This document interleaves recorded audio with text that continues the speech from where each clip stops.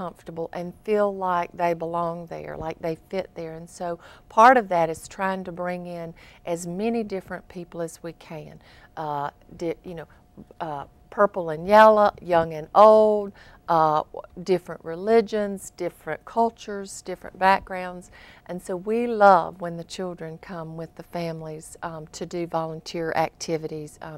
We actually have on the third Saturday of every month, we have something that we call Kids Helping Kids, where families bring their kids in and they do a big project for us with and for the other children that are in the house. So I think the Ronald McDonald House is one of those places that you can give money if you can. If you can't, you can come on over and volunteer, and you can bring your whole family to do that. And that's the beautiful thing about it, is it's families helping families. So we love to have grandmas, grandpas, and all the little children come help us out.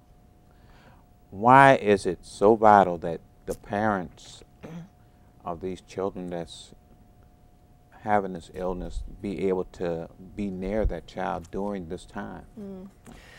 You know, there is a lot of research that has shown that when a parent can be bedside with that child and can be present, meaning that they are rested, they are nourished, they are supported. The time and time again, the research shows that the child gets better so much quicker, that the treatment works so much better. So if a family member can come to our house for a quick bite to eat, maybe a 30-minute nap, you know, a cup of coffee, and can get back focused and get back over there. You know, oftentimes by the time we see a family come to our house, they have not slept for 3 days, they might not have eaten for 4 or 5 days, and yet they're being asked to make the most important decision of their life about that child. And so our goal is to try to help them get rested and get nourished and get back over there and be with that child and fight that fight for that child. And that's kind of how we see our role in that whole process is. Do you provide some, or is there some type of counseling service? Because I know the parents has to be going through a lot of stress, and you know. Yeah. There is a lot of stress. There's a lot of counseling and social work through the hospital, generally for the child, sometimes for the parents, but we're really blessed at the Ronald McDonald House. We have 4 to 5 interns with us at any given time, and 2 of our interns come from Pfeiffer University and are in the graduate program of counseling, marriage and family counseling. And they help us work with the families really to help them connect back into the community when they're going to be going back home with that child and doing the counseling and de-stressing and helping them get through that process. So we do that with the help of some of the universities here in the area, which has been great. I know the Ronald McDonald House is a large facility. Why is it so important to have a loving and caring staff? I know, because I know you have to have an awesome staff. Why is it so important that you have that staff that's really... I think it's so important to have the staff and the volunteers. I call it I have a huge workforce there, and some of it's not paid, and they're awesome folks. I think because they come to that house for a reason, with a purpose, with a passion.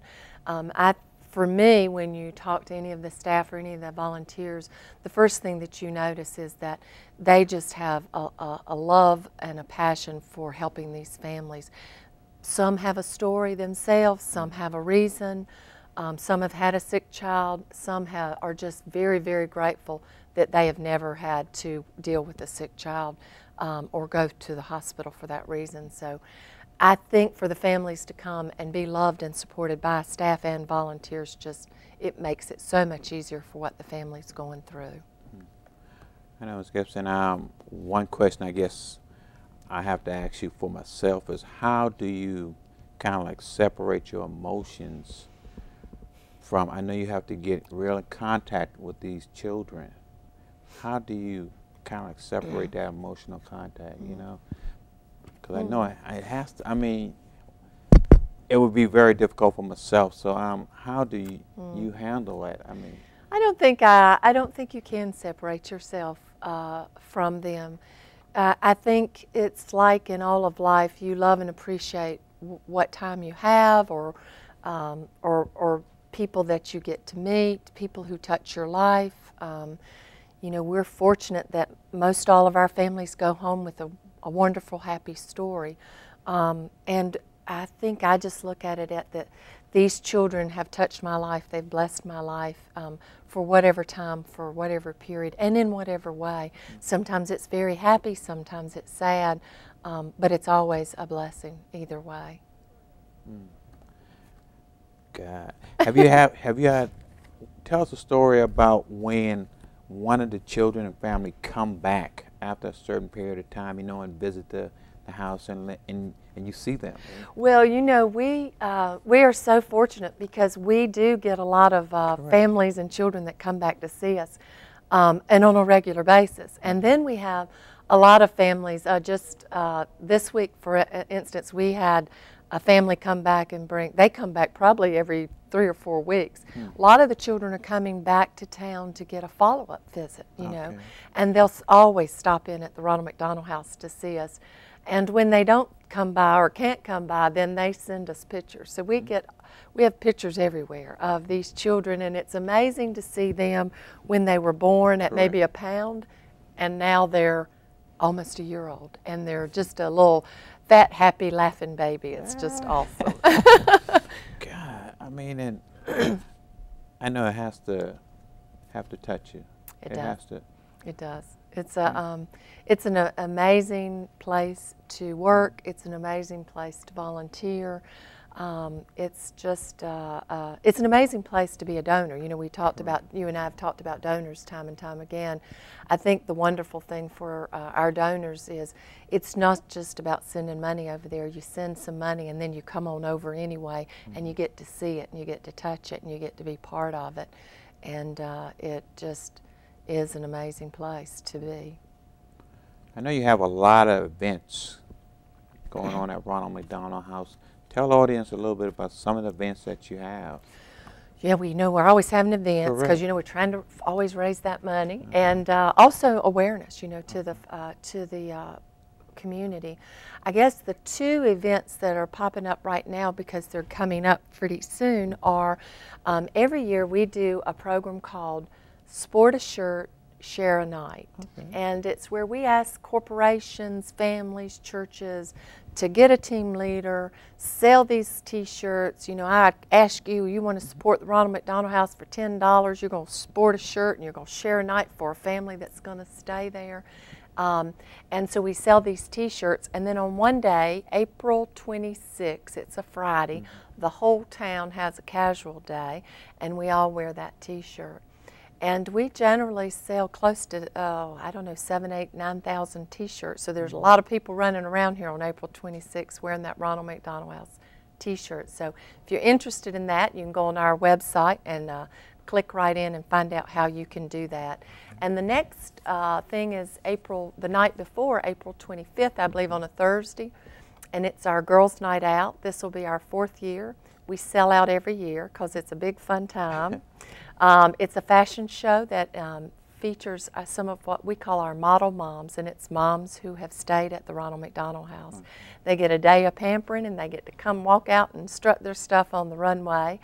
And women around town get to come out and just have a good, fun girls' night out. How about the men's night out? I mean, come on now, come on. Don't leave us out. I'll invite you to come on out. Okay. There are a few men that show up out there. There sure are. Oh, okay, okay. Yeah. So we're getting ready to wrap up in a few minutes, but what do you want to tell the viewing audience about Ronald McDonald House? I think just that if you've not ever been to a Ronald McDonald House, if you don't know what they do, I would just strongly, strongly invite everyone in your viewing audience to come to 1613 East Morehead. We're there 24/7, and just come in, knock on the door, and say that you'd love to come in and tour the house. I think once you walk through the house, you'll get an understanding of everything that I'm telling you. I know when you came out in December, you really sense and feel what it is that we do, how much love and support is in that house, what it means to the families. You can really just see the families down in the kitchen having a cup of coffee, sitting in the living room talking to each other. You can feel and sense what they know about the Ronald McDonald House. I always tell people, it's interesting, I'll see a family checking in and they're all tense, you know, their shoulders are up to their ears, they're all nervous and upset. Within a day or two, I'll walk back through the house and see them sitting in the dining room having a cup of coffee. And not that that crisis has gone away or that trauma is over, but you see that sense of relief, that sense of there's help. I don't have to worry anymore. And I think when you come and tour the house, you'll feel that same sense of relief that they feel. Ms. Gibson, I really appreciate you coming on the show, you know, and just telling the audience about Ronald McDonald House of Charlotte. I mean, because it's such an awesome program, and anytime you want to come back, you know, you're welcome to come in any time. I really will. You watch it. I'll be here all the time. Thank you, ma'am. Thank you, you. ma'am. Ladies and gentlemen, I'd like to thank you for watching the show. You know, I'm join my YouTube. I'm on YouTube, Facebook, website, www.paulmbrown.webs.com. You know, you be encouraged. Thank you.